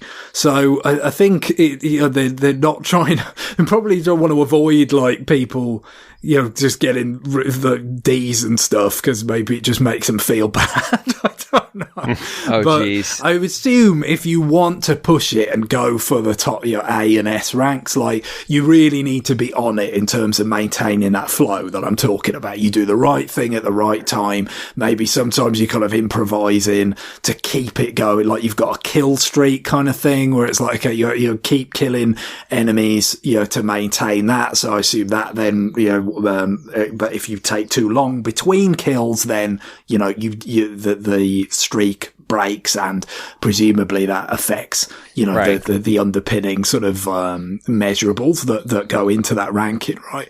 So, you got all this kind of, stuff, but it feels really good when you kind of get go, even if you're not, like, for me, I've ended up playing through the game. I've seen pretty much what it's got to offer. I mean, I've not gone into the hard mode, but there's like a few extra challenge levels you can unlock by finding hidden like maps within the main levels, and I've seen all of those. And so I've seen all this stuff without really saying, let's commit to getting like an S rank. But still, the fact that this scoring system exists and you just, you want to play the game the way it feels like it's constructed to be played. You try and maintain that flow as best you can, even if, Mike, very imperfectly. It feels good when you kind of get locked in and it's happening, right? And so I like the fact that it's kind of, it has this, very kind of arcadey feel, even though, Ninja Gaiden was not, so much an arcade thing, right? It was obviously inspired by Shinobi, that was. And right, also, in some cases, it feels like Shinobi itself, of course, was very much Sega's take on Rolling Thunder. Now, there's a part in this game which feels like it's more a Rolling Thunder tribute than it is a Shinobi one. I don't know, but then I've not played all the Shinobi arcade games, so maybe it's just sort of is by extension, or maybe they're just, the Game Kitchen, or, they know where this sort of genre came from in that regard.